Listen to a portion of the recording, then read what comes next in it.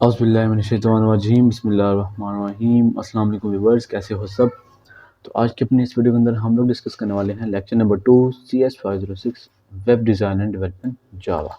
ठीक है, तो लेक्चर नंबर 2 का हमारा टॉपिक है Java virtual machine and run time environment. हमने लेक्चर नंबर 1 में जावा के फीचर्स देखे थे। ठीक है, तो जावा के फीचर्स के अंदर मैंने आपको एक चीज़ बताई थी JVM के बारे में। JVM स्टैंड्स फॉर क्या होता है, जावा वर्चुअल मशीन। तो जावा वर्चुअल मशीन का एब्रीविएशन क्या हो गया, JVM। ठीक है, और हमने फीचर्स के बारे में पढ़ा था, तो मैंने आपको कहा था हम जावा वर्चुअल मशीन को नेक्स्ट चैप्टर में डिटेल से पढ़ रहे होंगे, रन टाइम एनवायरनमेंट को और JVM को। ठीक है, तो आज हम इसको डिस्कस करने वाले। अब आपको बेसिक सा कंसेप्ट बताऊं तो उसका क्या है कि जब भी आप C++ का प्रोग्राम लिखते हो ना, आपको पता था कि हम क्या करते थे, जब हम C++ का प्रोग्राम लिखते थे, वो कोड जो होता था उसको हम बोलते थे सोर्स कोड, राइट। वो सोर्स कोड जब आपका कंपाइलर, तो मिड एक सेंट्रल पार्ट होता है आपका, जो जरिया होता है एक, जिसके थ्रू आप अपने प्रोग्राम्स को रन कर रहे थे, वो कंपाइलर होता है ना। तो आपका कंपाइलर उस सोर्स कोड को कन्वर्ट करता था मशीन कोड में।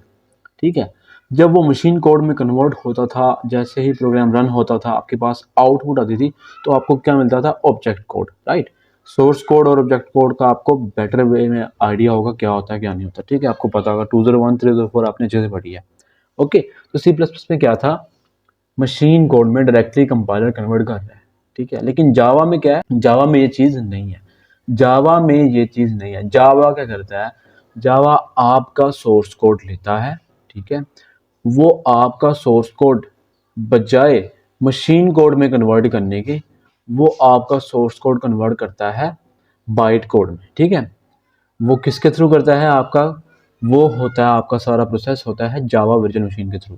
ठीक है, एक जावा वर्चुअल मशीन के सॉफ्टवेयर के लिए आपका जो जावा का कंपाइलर है, वो क्या करता है, आपका जावा का सोर्स कोड बाइट कोड में कन्वर्ट कर देता है। ठीक है, तो फिर उसके बाद आपका बाइट कोड आगे जाता है इंटरप्रेटर के पास। वो इंटरप्रेटर आपका मशीन कोड में आपका सोर्स कोड कन्वर्ट कर देता है। फिर उसके बाद जाके हमारे पास रिजल्ट मिलता है। ठीक है, अब इन प्रोसेसेस का फायदा क्या, ये 4 से 5 स्टेप्स जो जावा ले रहा है, इसका फायदा क्या हुआ यार, ये JVM जो है इसका क्या फायदा है, JVM के सॉफ्टवेयर के थ्रू हम क्यों कर रहे हैं, कंपाइलर JVM का सॉफ्टवेयर क्यों यूज कर रहे हैं। हालांकि C++ में ऐसा कंसेप्ट नहीं है। तो आपको बता दूं क्या मतलब है इसका, यहाँ पे लिखा है Java has introduce the concept of WORA, वोरा, जिसको हम बोलते हैं राइट वंस रन एनीवेयर। तो राइट वंस रन एनीवेयर किसके थ्रू हो रहा है, JVM के थ्रू, JVM के सॉफ्टवेयर सिस्टम के थ्रू। अगर आपके पास JVM नहीं है ना, तो आपका जो जावा का कोड है, आप किसी भी ऑपरेटिंग सिस्टम के ऊपर रन नहीं कर सकते। मतलब उसके लिए आप अलग से इसको उसका कोड कंपाइल करना पड़ेगा। लेकिन इसमें क्या है, आपका जावा का कोड एक जावा वर्चुअल मशीन है, उसके थ्रू आप डिफरेंट प्लेटफॉर्म्स पे, डिफरेंट ऑपरेटिंग सिस्टम पे, मैक पे, लिनक्स पे, सोलरिस पे, विंडोज पे आप उसका प्रोग्राम रन कर सकते हो। ठीक है, तो ये छोटा सा आपको मैंने ओवरव्यू दे दिया। ठीक है, दोबारा बताता हूँ आपको। सबसे पहले आपके पास क्या होता है, यहाँ पे सबसे पहले आपके पास क्या होता है, जावा सोर्स कोड, SC लिखता हूँ। ठीक है, अब जावा सोर्स कोड आपका कन्वर्ट होता है यहाँ पे जाके जावा बाइट कोड। ठीक है, इसको हम क्या बोलते हैं, जावा बाइट कोड। ठीक है, ओके। अच्छा, अब जावा बाइट कोड, ये सोर्स कोड से बाइट कोड में कैसे कन्वर्ट हुआ, इसको किसने कन्वर्ट किया, JVM ने। ठीक है, तो JVM क्या है हमारे पास, जावा वर्चुअल मशीन। ठीक है, उसके बाद क्या है हमारे पास, उसके बाद हमारे पास क्या है,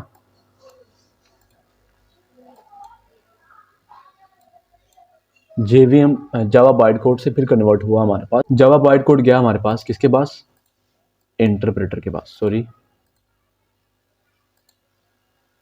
इंटरप्रेटर।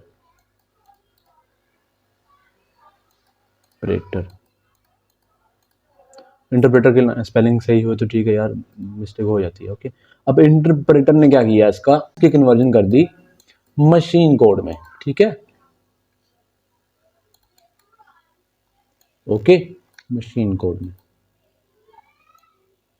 अब आपको पता है कि इंटरप्रेटर में और क्या उसे कहते हैं, इंटरप्रेटर में और कंपाइलर में क्या डिफरेंस होता है। ठीक है, आपको पता होगा अच्छे से।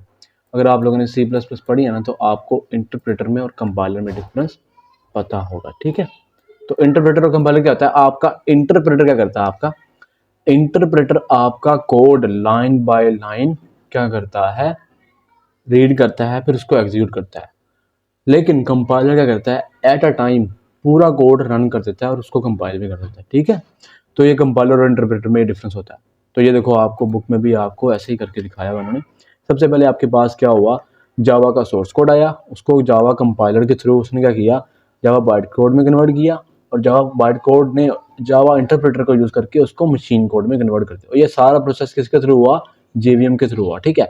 सारा प्रोसेस किसके थ्रू हुआ, जेवीएम के लिए हुआ, ओके। अब बाइट कोड क्या है, तो जो कोड आपका सोर्स कोड से जिस फॉर्म में कंपाइल हुआ ना उसको हम क्या बोलते हैं, बाइट कोड। यहाँ पे देखो ना, सबसे पहले आपके पास जावा सोर्स कोड था, उसके बाद इसकी जो थी फॉर्मेशन वो चेंज होगी ना। अब जिस फॉर्म में ये कंपाइल हुआ ना उसको हम क्या बोलेंगे, जावा बाइट कोड, ठीक है। अब जावा बाइट कोड इंटरप्रेटर के थ्रू कन्वर्ट हुआ मशीन कोड में। तो ये 4 स्टेप्स है, राइट, 1 2 3 4 कह सकते हो आप लोग। और ये मतलब बीच में इनके थ्रू हम इसको कर पा रहे हैं, ओके। अच्छा, उसके बाद हमारा कंपाइलर क्या करता है, जावा के फाइल्स को रीड करता है और उसको कन्वर्ट करता है इसमें, बाइट कोड में, और वहां पे क्या रख देता है, उसको डॉट क्लास फाइल्स में रख देता है। तो ये जब हम प्रोग्राम्स लिख रहे होंगे ना जावा के, तो मैं आपको बताऊंगा, ठीक है। उसके बाद क्या, ये देखो सबसे पहले जावा सोर्स कोड था, फिर जावा कंपाइलर उसने किस में कन्वर्ट कर दिया, बाइट कोड में कन्वर्ट कर दिया, ठीक है। अब हम बात करते हैं जेवीएम के थ्रू। अब यहाँ पे वही बात आ गई कि किस सॉफ्टवेयर के लिए, किस सॉफ्टवेयर के थ्रू हमने कन्वर्ट किया, तो हमने किसके थ्रू किया, जेवीएम के थ्रू किया, ठीक है। तो हम कह सकते हैं कि the central part of Java platform is a Java virtual machine. इसके थ्रू हम कन्वर्ट कर पा रहे हैं ना कंपाइलर से जावा बाइट कोड में डिफरेंट ऑपरेटिंग सिस्टम्स के ऊपर, ठीक है। कहता है जावा byte code executes by special software. अब वही बात होगी, ठीक है। अब जावा का बाइट कोड किससे एग्जीक्यूट हुआ, किससे एग्जीक्यूट हुआ, जेवीएम के थ्रू, मैंने आपको पहले बता दिया, ओके। उसको हम क्या बोलते हैं, वर्चुअल मशीन। अब कहते हैं most programming languages compile source code directly into machine code, जैसा कि सी प्लस प्लस में ऐसा होता है, ठीक है। लेकिन इसमें क्या है कि डिफरेंस यहाँ पे ये है कि जावा का कोड सोर्स कोड से मशीन कोड में डायरेक्टली नहीं होता, लेकिन होता है किसमें, बाइट कोड में होता है, ठीक है। उसको हम क्या बोलते हैं, special type of machine code. JVM executes Java bite codes. अब जावा का जो जेवीएम जो है ना वो बाइट कोड्स उसके बाद एग्जीक्यूट करता है। तो Java byte code can be taught as of a machine language of the JVM. Java byte code को हम क्या बोल सकते हैं, जेवीएम की मशीन लैंग्वेज बोल सकते हैं, ठीक है। तो यहाँ पे देखो आपके पास एप्लीकेशन है कुछ, तो यहाँ पे आपके पास डिफरेंट ऑपरेटिंग सिस्टम्स हैं। उसके पास एज अ सेंट्रल पार्ट आपका कौन प्ले कर रहा है, जावा मशीन प्ले कर रहा है, ठीक है। तो यहाँ पे देखो JVM are available for almost all the operating system, जैसे विंडोज, लिनक्स, ओएस, मैक, सारा कुछ, ठीक है। तो जितने भी ऑपरेटिंग सिस्टम्स हैं उसके लिए हर एक ऑपरेटिंग सिस्टम के लिए अलग अलग जेवीएम अवेलेबल होते हैं, ठीक है। यहाँ पे क्या कहता है, जावा byte code is executed by using an operating systems JVM such achieve portability. Portability वही बात होगी कि आप डिफरेंट प्लेटफॉर्म्स के ऊपर इसको रन कर सकते हो। अब आपका एक और चीज जो आपको पढ़ने की जरूरत है वो क्या है, जावा रन टाइम इन्वायरमेंट। अब जेवीएम जिस रन टाइम इन्वायरमेंट में एग्जीक्यूट हो रहा होता है, आपका जावा का बाइट कोड एग्जीक्यूट कर रहा होता है, उसको हम क्या बोलते हैं, जावा रन टाइम इन्वायरमेंट। अब उससे ऊपर भी एक और चीज है, उसको हम क्या बोलते हैं, जावा रन टाइम इन्वायरमेंट। सबसे पहले क्या आपका आपका जावा का सोर्स कोड है, फिर आपके पास क्या है, बाइट कोड है। उन दोनों को कौन कन्वर्ट कर रहा है, कंपाइलर। और वो किसके थ्रू हो रहा है, आपका वो किसके थ्रू हो रहा है, जेवीएम के थ्रू। और वो जेवीएम जिस इन्वायरमेंट में एग्जीक्यूशन कर रहा है वो क्या है, वो आपका जावा रन टाइम इन्वायरमेंट, ठीक है। आई होप आपका क्लियर हो गया होगा, ठीक है। अच्छा, each operating system and CPU architecture requires different JRE, ठीक है। जेआरई जावा रन टाइम इन्वायरमेंट इसको बोलते हैं। हर ऑपरेटिंग सिस्टम के लिए, हर एक सीपीयू के आर्किटेक्चर के लिए डिफरेंट जेआरई रिक्वायर्स होते हैं। तो JRE consist of set of built in classes. तो इसमें हमारे पास बिल्ट इन क्लासेस होती हैं, जैसे हमारे पास जेवीएम है, तो जेआरई क्या है, जेवीएम क्या है, जेआरई की बिल्ट इन क्लासेस में से एक है, ठीक है। तो जेआरई के अलावा हम कभी भी कोई भी जावा का प्रोग्राम रन नहीं कर सकते, ठीक है। तो देखो यहाँ पे हमारे पास क्या, उन्होंने एक फिर डायग्राम बना के दिखा दी हमें। सबसे पहले ये क्या है, ये देखो जावा रन टाइम एनवायरनमेंट है, इसके अंदर जेवीएम पड़ा हुआ है, ठीक है, ओके, जो आपको मैं पहले बता चुका हूँ। फिर इस जेवीएम के अंदर आपका जावा का सोर्स कोड है, उससे फिर कन्वर्जन हो रही है, वो कंपाइलर कर रहा है, कंपाइलर किस में कन्वर्ट कर रहा है, बाइट कोड में, फिर उसको इंटरप्रेटर ले रहा है, उसको मशीन कोड में कन्वर्ट कर रहा है। वो सारे के सारी चीजें इसमें आ रही हैं, जेवीएम के अंदर आ रही हैं, ठीक है। और वो जेवीएम एक और चीज के अंदर पड़ा हुआ है जिसको हम बोलते हैं जावा रन टाइम इन्वायरमेंट, ठीक है। उसके बाद यहाँ देखो कि आपका जो जावा रन टाइम इन्वायरमेंट है ना, वो भी डिफरेंट ऑपरेटिंग सिस्टम्स के लिए अवेलेबल है, ओके। हार्डवेयर और सॉफ्टवेयर दोनों देखें अगर तो, जैसे यहाँ पे asus वाला हो गया, सैमसंग वाला हो गया, इंटेल, अल्फा, मोटरोला हो गया, ठीक है।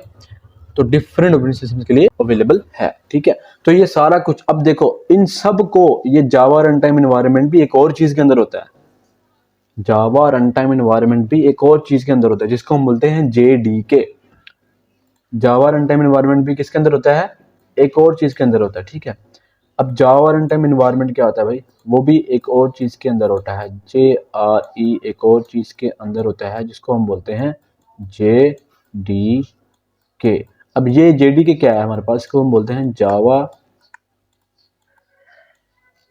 डेवलपमेंट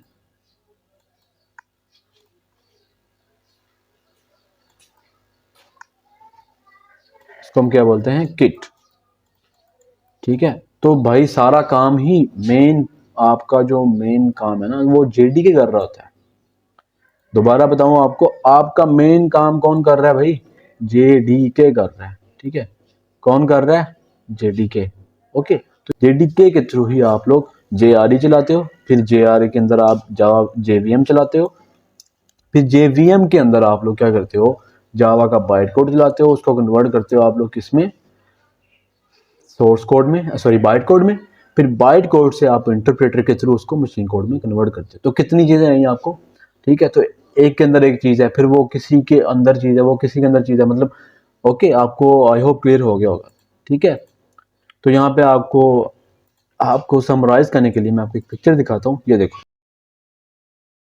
आपके पास क्या है, आपके पास जेडी के अंदर ना दो चीजें होती हैं, एक आता है आपके पास JRE जिसमें आपके पास JVM आ रहा है, ठीक है। अब JVM के अंदर उन्होंने कुछ दिखाया नहीं है, तो आपको मैं पहले बता चुका हूँ, उसके अंदर आपके पास जावा का सोर्स कोड है, उसमें हम कन्वर्जन कर रहे हैं बाइट कोड में, बाइट कोड से इंटरप्रेटर की तरह हम उसको मशीन कोड में कन्वर्ट कर पा रहे हैं।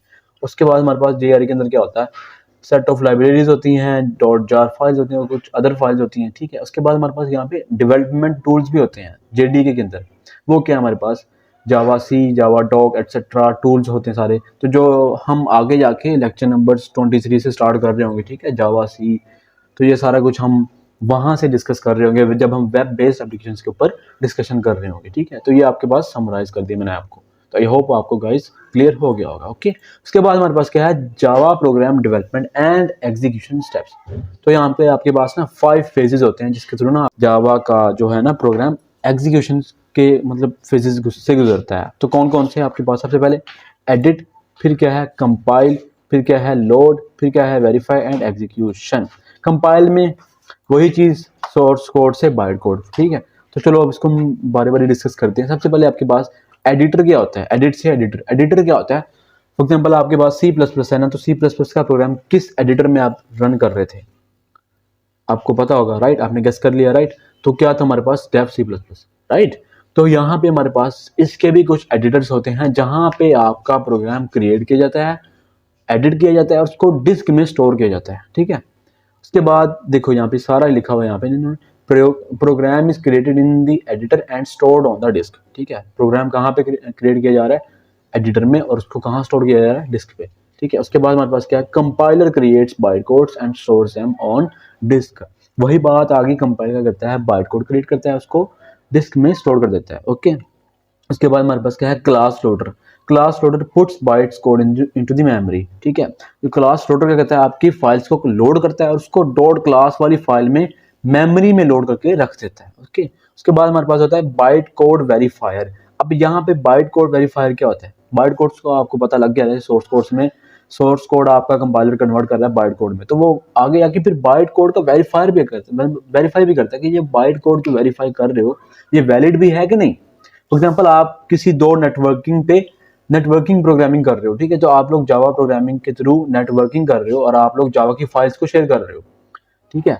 और शेयरिंग के टाइम आपको अगर खतरा महसूस हुआ कि यार मेरी फाइल्स जो है ना वो करप्ट हो सकती हैं या इसमें वायरस आ सकता है, तो इसको पहले वेरीफाई करना चाहिए मुझे, ठीक है। तो वो वेरीफाई कौन करेगा, आपका बाइट कोड वेरीफायर, ठीक है। तो वहाँ पे क्या करता है, सिक्योरिटी की रिस्ट्रिक्शंस को मद्देनजर रखते हुए ना कि उनको वायलेट ना करे, तो वो आपका बाइट कोड वेरीफायर इसको क्या करता है, वेरीफाई कर देता है। उसके बाद हमारे पास क्या है, इंटरप्रेटर, वही बात ये किस में कन्वर्ट कर देता है, मशीन कोड में कन्वर्ट कर देता है, ठीक है। वही बात, reads byte codes and translate them into the language that the computer can understand and possibly storing data values as the program executes, ठीक है। तो यहाँ पे क्या हुआ, आपका जो कंपाइलर है उसमें इसको कन्वर्ट करेगा जो आपका कंप्यूटर अंडरस्टैंड करता है। तो आपकी कंप्यूटर कौन सी लैंग्वेज अंडरस्टैंड करता है, कौन सा मशीन लैंग्वेज, राइट। हाँ, आपको पता होगा हाई लेवल लैंग्वेज और लो लेवल लैंग्वेज के बारे में, ठीक है। तो ये सारी मैंने आपको यहाँ पे बता दी, अब ये नीचे इतने पढ़ने की जरूरत नहीं है, ठीक है। अब हम डायरेक्टली चलते हैं नीचे, यहाँ पे ये कुछ इन्वायरमेंट वगैरह सेट करना है। तो मैंने आपको इसके लिए ना सेपरेट वीडियो बना दी है, तो आपको मैंने वो प्लेलिस्ट में भी डाल दी है, आपको मैं लिंक भी डिस्क्रिप्शन में दूंगा। आप लोगों ने कैसे जेडीके को इंस्टॉल करना है, कैसे नेटबीन्स को इंस्टॉल करना है, और यहाँ पे आपने ये सारे इन्वायरमेंट वेरिएबल्स वगैरह को सेट करना है, ठीक है। ये जावा अंडरस्कोर होम को सेट करना है, पास को कैसे सेट करना है, तो मैंने आपको सारा कुछ बता दिया। अब यहाँ पे हमारे पास फर्स्ट प्रोग्राम इन जावा। तो फर्स्ट प्रोग्राम क्या है, जब भी हम कोई भी प्रोग्रामिंग लैंग्वेज स्टार्ट करते हैं तो हम सबसे पहले एक ही प्रोग्राम लिखते हैं, वो कौन सा है, हेलो वर्ल्ड ऐप, ठीक है। तो सबसे पहले हम क्या करते हैं, हेलो वर्ल्ड ऐप बनाते हैं, उसको हम फिर यहाँ पे बाद में डिस्कस करेंगे। तो सबसे पहले मैं यहाँ पे क्या करता हूँ, मैं यहाँ पे राइट क्लिक करता हूँ, डेस्कटॉप पे आगे न्यू के ऊपर क्लिक करता हूँ, यहाँ पे मैं टेक्स्ट डॉक्यूमेंट के ऊपर क्लिक कर देता हूँ, फिर इसको मैं ना ओपन कर लेता हूँ, ठीक है। अब यहाँ पे मैं सारा जावा का कोड लिखूंगा। अब जावा का कोड मैंने कैसे लिखना है वो आप लोगों ने सिंपली पहले समझना है, ठीक है।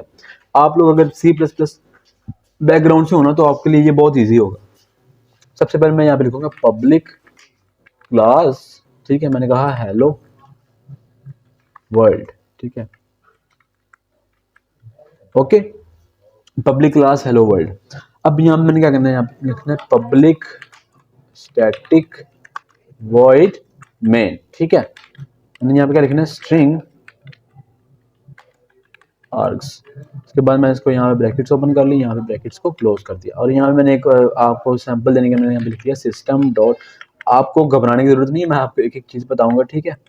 आउट डॉट प्रिंट एलन, ठीक है। मैंने कहा यहाँ पे for example hello welcome to the world of Java programming, ठीक है। मैंने कहा यहाँ पे वर्ल्ड ऑफ जावा, ठीक है, ओके। तो मैंने यहाँ पे सिंपल से कोड लिख लिया, जावा को कैसे लिखूँ। अब आपको जब भी आप लोगों ने इस फाइल को सेव करना है ना, तो आप लोगों ने फाइल को कैसे सेव करना है, यहाँ पे फाइल के ऊपर क्लिक करना है, ठीक है, फिर सेव एज के ऊपर क्लिक करना है। सेव एज के ऊपर क्लिक करने के बाद आप लोगों ने जिस फाइल की आपने क्लास बनाई है ना हेलो वर्ल्ड, उसी फाइल की क्लास का आपने नेम यहाँ पे लिखना है, हेलो वर्ल्ड डॉट जावा, ठीक है। हेलो वर्ल्ड डॉट जावा जो आपकी क्लास का नेम था वही आपकी फाइल का नेम होगा, ठीक है।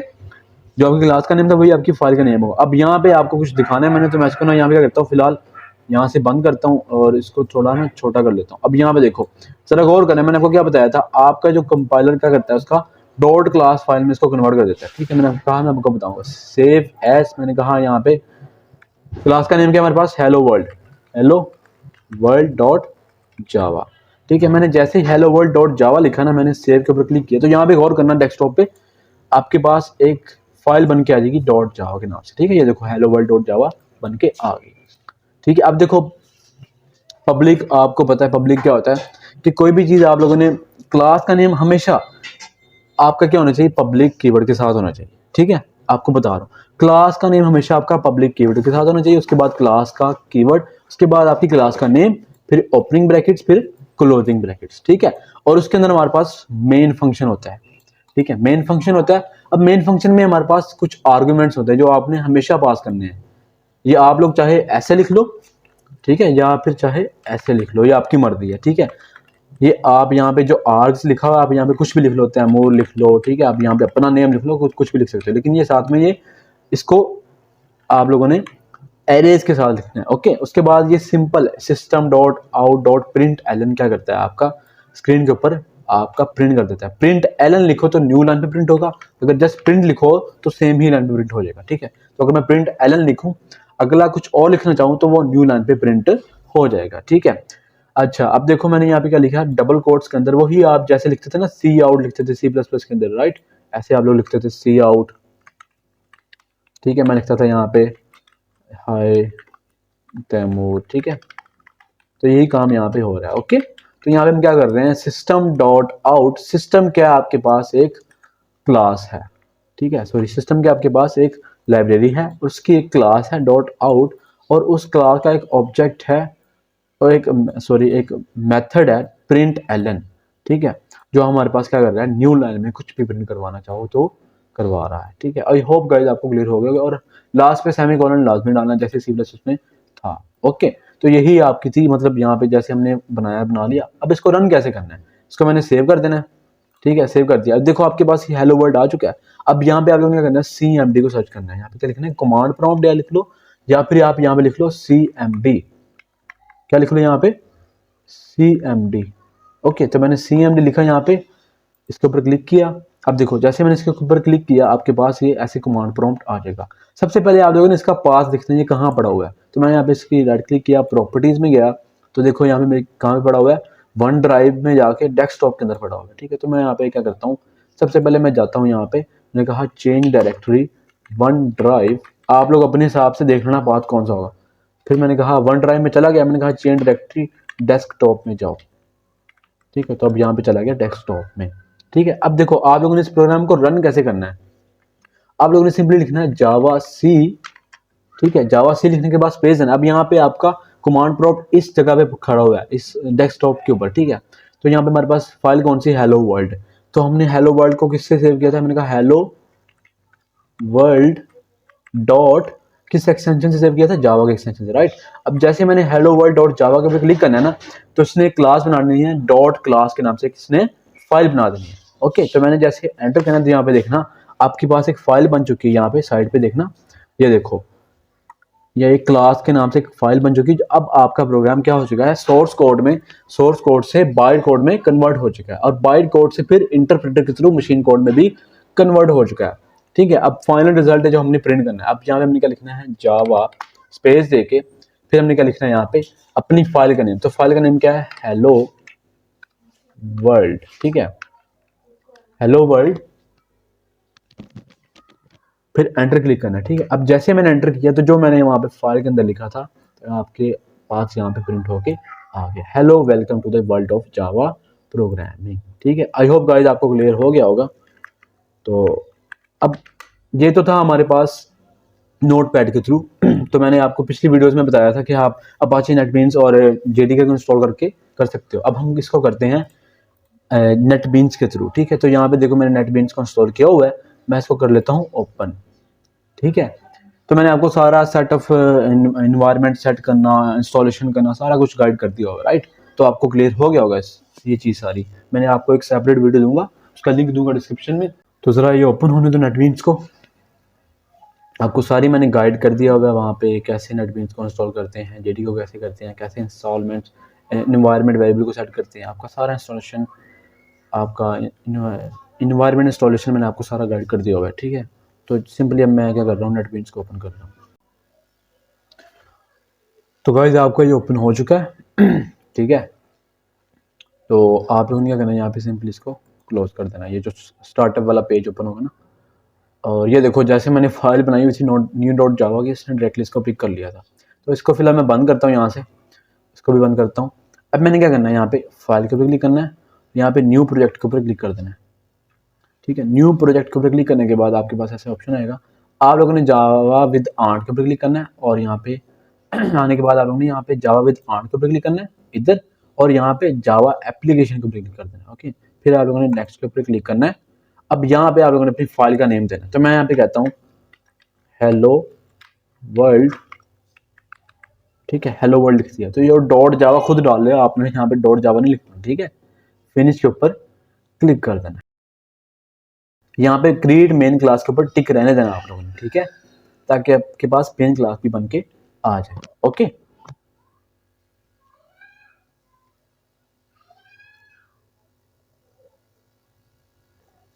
तो देखो गाइज आपका प्रोजेक्ट बन चुका है। आप लोगों ने ये सिंपल अननेसेसरी कमेंट्स को हटा देना यहाँ से, ठीक है, और यहाँ पे इतना यहाँ से इसको हटा देना है, और इसको भी यहाँ से हटा देना है, ठीक है। ओके, अब यहाँ पे देखो वही चीज़ आ गई। आपकी क्लास का नेम किससे सेव किया हमने, हेलो वर्ल्ड जावा। आपकी क्लास का नेम क्या है, हेलो वर्ल्ड, ठीक है। और आपकी फाइल का नेम भी क्या है, हेलो वर्ल्ड। और वही बात public static void main your string dot arcs, ठीक है। अब यहाँ पे आपको सिंपली इजीली समझाता हूँ, कंपाइलर है तो इजी समझ आएगी। मैंने कहा यहाँ पे system dot out dot print एलन, ठीक है। मैंने यहाँ पे क्या लिख दिया, दिस इज प्रोग्रामिंग, ठीक है जी, ठीक है। ओके, लिखने के बाद आप लोगों ने यहाँ पे ये देखो रन का बटन होगा, इसके ऊपर क्लिक कर देना है, ठीक है। तो ये आपका प्रोग्राम को रन कर देगा। ओके, तो देखो आपके पास प्रोग्राम रन हो चुका है और आपके पास आउटपुट में क्या आ चुका है, दिस इज प्रोग्रामिंग। अब देखो मैं एक और system dot out dot print लिखता हूँ। यहाँ पे आपके पास आउट डॉट प्रिंट एलन, ठीक है। मैंने कहा यहाँ पे वन मोर लाइन, ठीक है। मैंने कहा वन मोर, ठीक है, वन मोर लाइन। दोबारा इसको रन किया तो देखो आपके पास क्या आ गया, दिस इज अ प्रोग्रामिंग। और उसके बाद आपके पास क्या आया, वन मोर लाइन। अब अगर मैं यहाँ से एल एन हटा दूँ, ठीक है, तो आपके पास ये एक लाइन दूसरी जो अगली लाइन होगी ना वो उसके साथ ही आ जाएगी, ठीक है। तो एल एन का क्या क्या काम है, न्यू लाइन में प्रिंट करना, ठीक है। और प्रिंट का क्या काम है, सेम ही लाइन पे प्रिंट कर देना, ठीक है। अब यहाँ पे देखो अगर मैं यहाँ पे ये अरेज को ना लिखूँ, अगर मैं यहाँ पे लिख दूँ तो ये फिर भी वर्क करता है, ठीक है। तो अरेज का आपको पता है, सी प्लस में आप लोगों ने पढ़ी थी। अब यहाँ पे देखो अगर मैं आर्ग्स ना लिखूँ, मैं कुछ और लिख दूँ, मैंने कहा यहाँ पे लिख दो एरे लिख दो, ठीक है, एरे लिख दो। मैं इसको रन करता हूँ तो इस केस में भी ये चल रहा है। तो ठीक है, तो आप लोगों ने इससे नहीं घबराना, ये आर्ग्स लिखना पड़ेगा मुझे, ठीक है। और यहाँ पे मुझे ब्रैकेट्स पहले लगानी पड़ेंगी बाद में लगानी पड़ेंगी। तो आपको इस चीज़ से बिल्कुल भी घबराने की ज़रूरत नहीं है। तो ये पैकेज क्या होता है, आपके पास पैकेज जो होता है ना उसका जो नेम होता है वो स्टार्ट होता है, वो सारे के सारे शॉर्ट नेम्स, ये आपको ऑटोमेटिकली आपका कंपाइलर खुद ऐड कर देगा। ओके, आपकी क्लास का नेम और आपकी फाइल का नेम दोनों सेम होने चाहिए, शर्त ये है। ओके, उसके बाद ये आपका जो मेन मेथड है वो आप लोगों ने ऐसे ही लिखना है। तो जावा के अंदर क्या है, हमारे पास हर चीज आपकी एक क्लास के अंदर होगी। ये बात याद रखना, आपकी सारी की सारी चीजें किसके अंदर होगी, क्लास के अंदर होगी, ठीक है। क्लास के अंदर ही मेन मेथड होगा, क्लास के अंदर जितने भी आप फंक्शंस पढ़ोगे, इफ एल्स फॉर लूप, सारा कुछ क्लास के अंदर ही होगा। तो आई होप गाइस आपको ये वाला लेक्चर अच्छे से समझ आ गया होगा। बाकी सर ने आपको यही करके दिखाया हुआ है, हेलो वर्ल्ड ये सारा कुछ करके दिखाया हुआ है, ठीक है। उसके बाद ये स्टैटिक क्यों है, तो ये चीज़ मेन डिस्कस करते हैं, ये स्टैटिक क्यों रखा हमने स्टैटिक इसलिए रखा है, अगर आप लोग सी प्लस प्लस के बैकग्राउंड से हो ना तो स्टैटिक इसलिए है कि आप विदाउट क्रिएटिंग ऑब्जेक्ट इस मेन मेथड को कॉल कर सको, ठीक है। तो यही मेन रीज़न है। बाकी आप लोग हैंडआउट्स को पढ़ लेना, ठीक है। यहाँ पे आपके पास सारे रेफरेंसेज हैं। तो आई होप गाइस आपको ये वीडियो अच्छी लगी होगी। अगर वीडियो अच्छी लगी तो लाइक करना, चैनल को सब्सक्राइब करना। तो मिलते हैं इंशाल्लाह नेक्स्ट वीडियो के अंदर, तब तक के लिए अल्लाह हाफिज़।